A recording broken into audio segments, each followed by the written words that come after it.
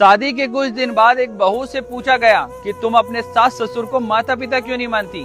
तो बहू ने जवाब दिया कि जब कुछ दिन पहले मैंने इस घर में कदम रखा था तब मैंने अपने मन में ठान लिया था कि मैं अपनी सास को अपनी माँ मानूंगी और मैं अपने ससुर को अपने पिता मानूंगी। लेकिन इस घर के लोगों ने कभी मुझे इस घर का हिस्सा माना ही नहीं, कभी मेरे साथ अपनों की तरह बर्ताव किया ही नहीं, हमेशा मेरे साथ परायों की तरह बर्ताव किया। इसलिए मुझे सिर्फ इस घर में बहू बनकर ही रहना पड़ा। माँ बेटी जैसा रिश्ता कभी बन ही नहीं पाया। माता पिता का रिश्ता सिर्फ नाम से तय नहीं होता, बल्कि उस घर के लोगों के अपनेपन और व्यवहार से तय होता है। इसलिए इंसान को प्यार दीजिए, अपनापन अपने आप ही आ जाएगा। शादी के कुछ दिन बाद एक बहू से पूछा गया कि तुम अपने सास ससुर को माता पिता क्यों नहीं मानती।